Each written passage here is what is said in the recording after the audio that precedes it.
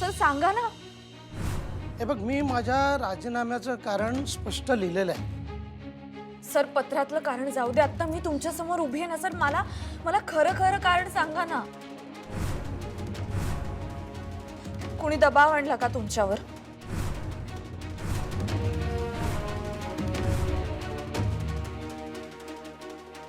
आला का परत यांचा दबाव? बघितलं का अधिपती कसं चाललंय ते? यांची वाक्य यांच्या तोंडात घालतात. सांगा फुलपगारे, कुणी दबाव आणला होता? आम्ही दबाव आणला होता का तुमच्यावर राजीनामा द्यायला?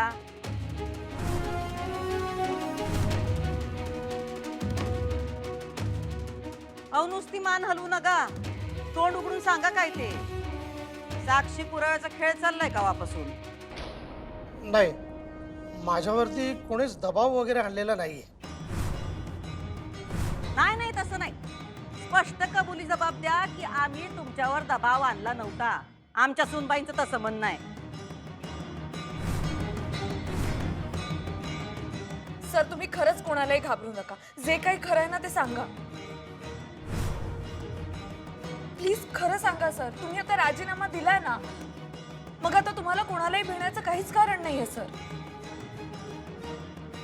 नाही आहे का, माझ्यावरती कोणी दबाव आणलेला नाहीये. खरं सांगतो, मी माझ्या बायकोच्या आजारपणामुळे राजीनामा दिलाय. काय ना अक्षरा, की आता यापुढे मला तिची काळजी घेणं आवश्यक आहे 24 तास. नाही सर, नाही, तुम्ही खोटं बोलताय सर. सर तुमच्या बायकोचं आजारपण हे काही नवीन नाहीये. इतक्या वर्षात तुम्ही असं कधीच केलं नाही आणि आज नेमकं.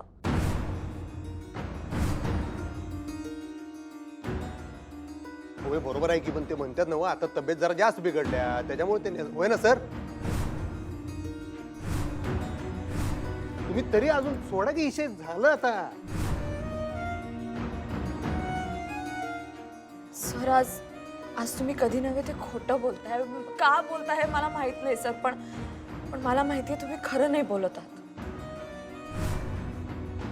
हा म्हणजे सत्याचा मक्ता फक्त यांनीच घेतलाय बर का. जो यांच्या मनासारखं बोलणार नाही तो खोटारडा. बांगर झाले का तुमचे साक्षी पुरावे? काय म्हणणं आहे आता तुमचं याच्यावर? सॉरी मॅडम, म्हणजे आम्ही आमचं कर्तव्य करत होतो. आमच्यामुळे तुम्हाला त्रास झाला त्याबद्दल माफी मागतो. खरंच सॉरी. येतो आम्ही.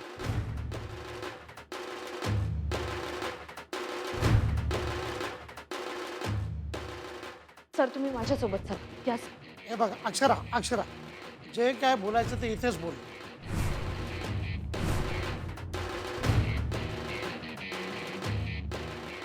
सर का असं करताय तुम्ही?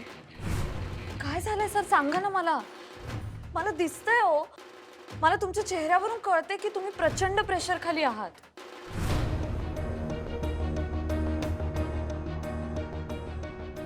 अहो तुम्हाला कळते का नाही, त्यांनी सांगितलं ना त्यांच्या मिसेस आजारी आहेत, हॉस्पिटलमध्ये आहेत.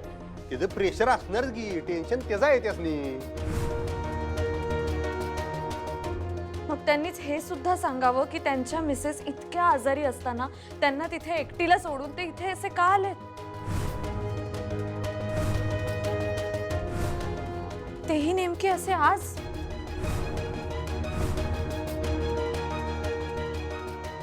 आता ते त्यासनी विचारा. काय हो फुलपगारे सर, बोला की, सांगा त्यासनी.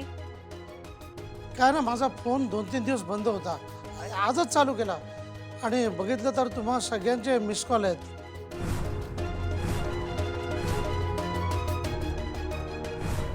आमचा पण होता का नाही ते सांगा. हो मॅडम, तुमचे पण मिस कॉल होते आणि मला वाटलंच होतं की इकडे गोंधळ उडणार आहे म्हणून. म्हणूनच मी माझा राजीनामा अगोदरच पोस्टानं पाठवला होता. नाही सर, सर मी तुम्हाला इतकी वर्ष ओळखते, तुम्ही का खोटं बोलताय? बघ अक्षरा, आहे ती परिस्थिती तू स्वीकार. मागचा विचार न करता पुढे जा. झालं? तुमच्या सगळ्या शंकांचं निरसन झालं का अजून काही विचारायचं आहे त्यासनी? मला अजून एक गोष्ट विचारायची.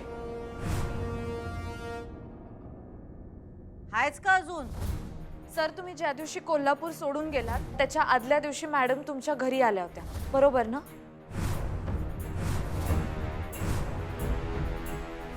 अहो सांगितलं होतं की आम्ही तुम्हासनी गेलतो म्हणून. का गेलतो ते पण सांगितलं. आता त्यासनी काय विचारताय? मॅडम प्लीज प्लीज तुम्ही मध्ये नका ना बोलू, सरांना सांगू दे. सर सांगा ना, मॅडम आल्या होत्या ना तुमच्याकडे? आणि आल्या असतील तर का आल्या होत्या?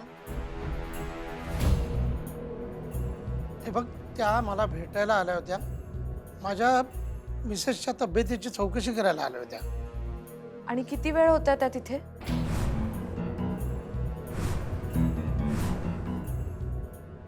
मी मगाशी सांगितलं ना, अर्धा तास होत्या. नाही, अर्धा तास का, चक्क 40 मिनिटं होत्या त्या. ठीक आहे सर, मग मला आता हे खरं सांगा प्लीज, त्या 40 मिनिटात काय काय घडलं? जे त्या माझ्या मिसेसला भेटले आणि त्यांनी तिच्या तब्येतीची चौकशी केली. अच्छा, म्हणजे मॅडम तुमच्या मिसेसना भेटल्या? हो, म्हणजे झालं. आता एवढ्यावरनं तुम्ही आम्हाला खोट्यात पाडणार काय? मॅडम खोटं काय पाडायचंय? तुम्ही खोटंच बोललात. त्यांच्या मिसेस झोपल्या होत्या म्हणून तुम्ही 5 मिनिटात निघालात असं म्हटलात ना तुम्ही आधी.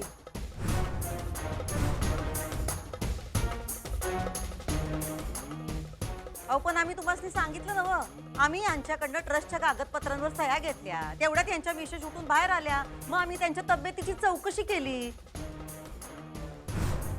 आता हे राहून गेलं सांगायचं. आता एखादी गोष्ट राहून गेली सांगायची म्हणजे माणूस खोटं बोलतोय वय, विसरतोय माणूस. काय फुलपगार आहे?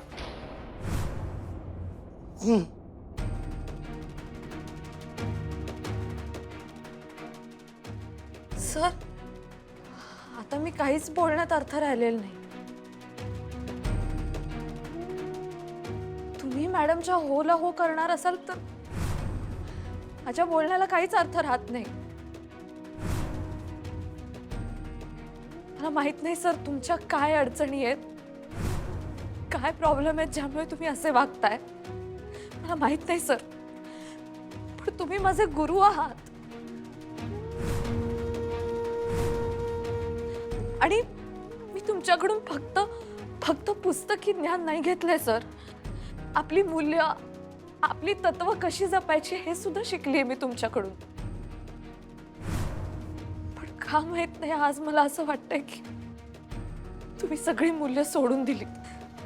बस झालं अक्षरा. आहे बघ, तुला काय पाहिजे ते तू समज, पण माझ्याकडनं नकळत तुला त्रास झाला असेल तर मला माफ कर. हं? येतो मी. झालं. फक्त विद्यार्थिनीचा निरोप घेऊन जाताय वय? सॉरी मॅडम, येतो.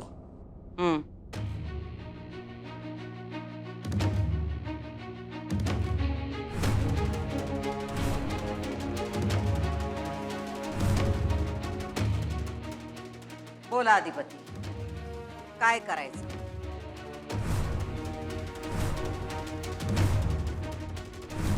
त्यांच्या वतीनं मी माफी मागतो आहे सर.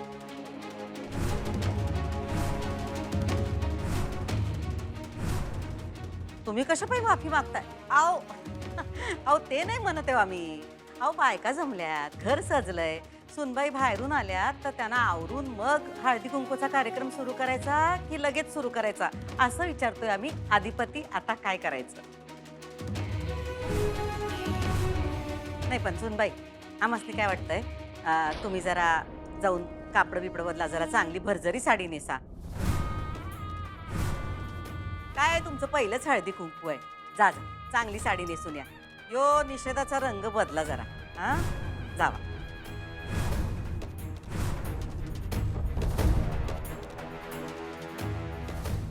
हां, चला चला चला चला. आईसाहेब पण विसरले सगळं, तुम्ही बी सोडा सगळं. चला चला चला. आलो आईसाहेब. हा,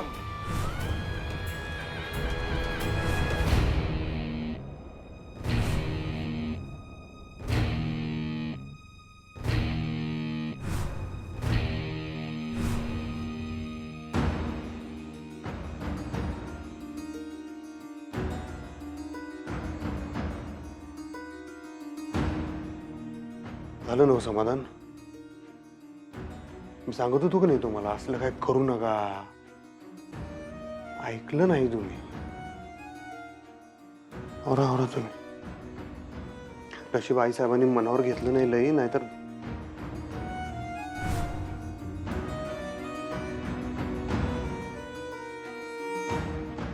मला आवरायचंय.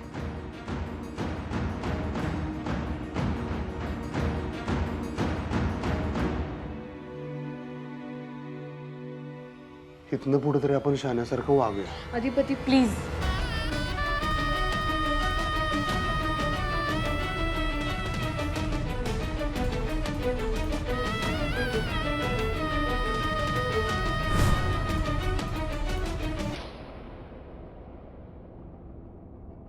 दुर्गे, हा ताई. सुनबाई आले की लगेच कार्यक्रमाला सुरुवात करूया. वय. पण भाग्यवान आहे बरं का तुमची सून. इतकं सगळं झालं तरी एक शब्द बोलला नाही तुम्ही तिला. अहो लहान आहेत त्या आणि आपण मोठ्या नाही का? हा, तर मनाचा मोठेपणा कोणी दाखवायचा? आपण का त्यांनी? अव मी असते ना असं झापलं असतं ना सुनबाईंना.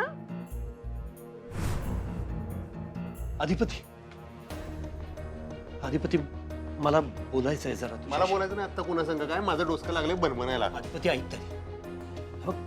कदाचित भुवनेश्वरी यानंतर तुम्ही आई साहेबांच्या विरुद्ध माझे कान भरायला चालू करू नका आता. अधिपती कधीतरी माझा ऐक बाळा. मी तुझ्या भल्यासाठी सांगतोय आणि या घरात तुझ्या भल्याचा विचार करणारी फक्त 2 माणसं आहेत. एक मी आणि दुसरी अक्षरा.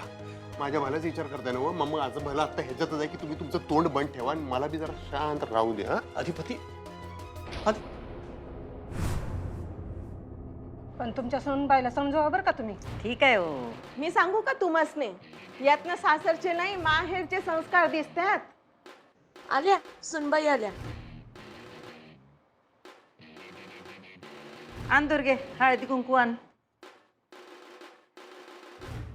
या सुनबाई, आमच्या सुनबाईंचं पहिलं हळदी कुंकू आहे.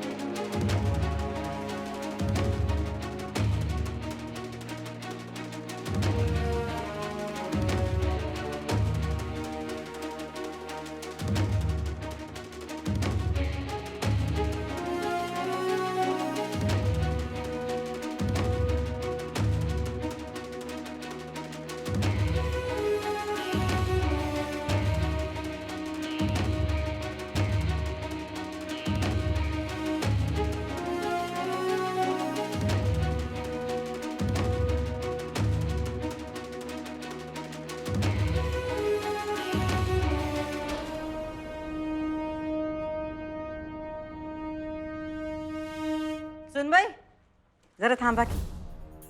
शांता, घे ते ताट घे. अधिपती, हा. आम्ही हळदी कुंकवाचा कार्यक्रम ठरवला होता. तो ठरल्याप्रमाणे पार पडला. आम्ही आमचा शब्द पाळलाय. आता वेळ आहे तुम्ही तुमचा शब्द पाळण्याची.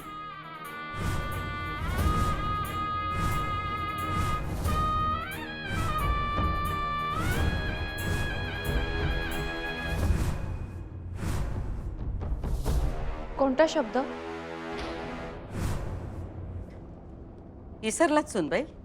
अधिपती, तुम्ही बी विसरलात? अहो आपलं काय ठरलं होतं? फुलपगारांच्या राजीनाम्याला आम्ही जबाबदार आहोत असं जर सिद्ध झालं तर नेसत्या कपड्यानिशी आम्ही हे घर सोडून जाणार. आणि जर का तसं सिद्ध झालं नाही तर तुम्ही स्वतःच्या हातानं ह्यासनी घराच्या बाहेरचा रस्ता दाखवणार.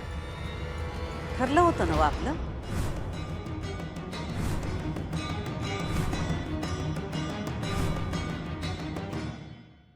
बस. बंद कर हा खेळ. हो तुमचा काय संबंध नाही, तुम्ही ग बसा. आम्ही बोलालोय ना. अजिबात. तुम्ही ग बसा. आईसाहेब, तुम्ही एवढा हळदी कुंकाचा सगळा कार्यक्रम केला, सगळं चांगलं झालं. मला वाटलं तुम्ही इसरला असशीला, मोठ्या मनाने त्यासनी माफ केलं असेल.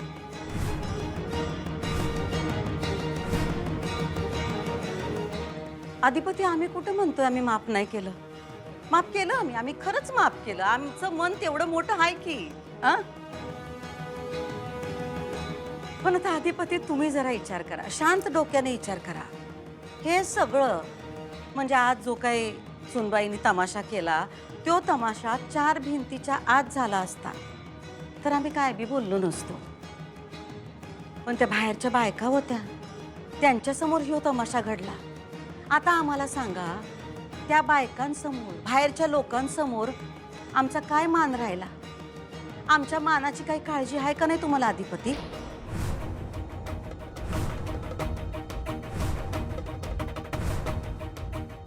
आईसाहेब, असं काय बोलताय? तुमच्यासाठी मी काय वाटेल ते करू शकतो.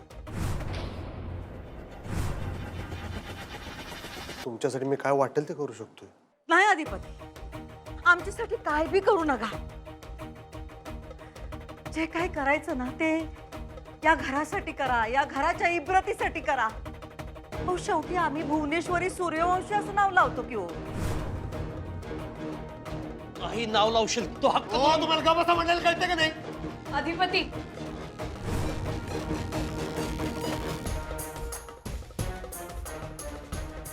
मॅडम मी थांबले होते. मी तुम्हाला म्हटलं होतं आपण आज जाऊन बोलू. वय की यात तुमची काय बी चूक नाही. आम्हीच तुम्हाला बोलायला भाग पाडलं नाही का? माझं म्हणणं नाहीये ते, हे असंच झालंय.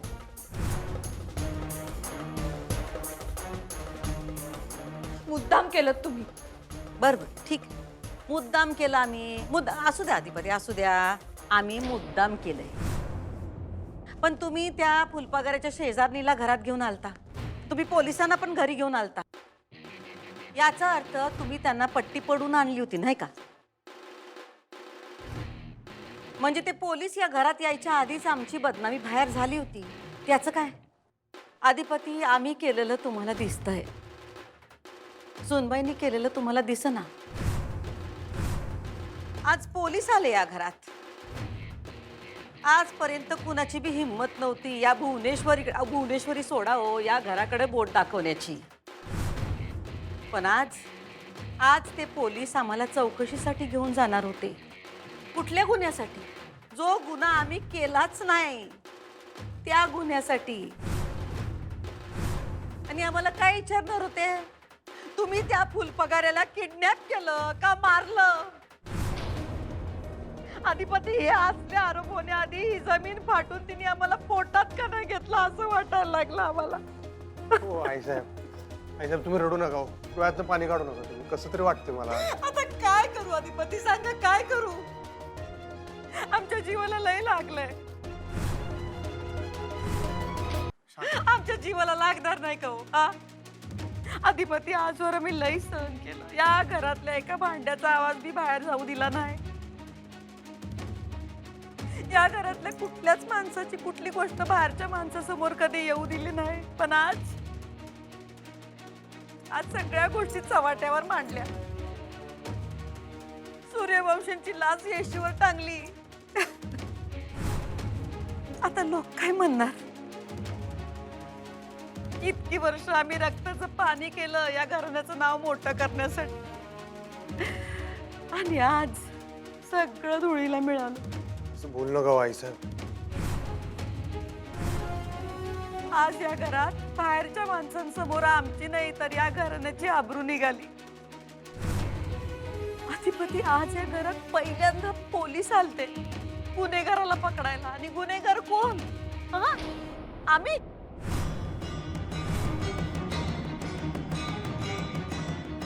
आणि हे सगळं ज्यांच्यामुळे झालं त्यांच्या चेहऱ्यावर पश्चातापाची एक रेघ नाही उमटली. बघा बघा तुम्ही.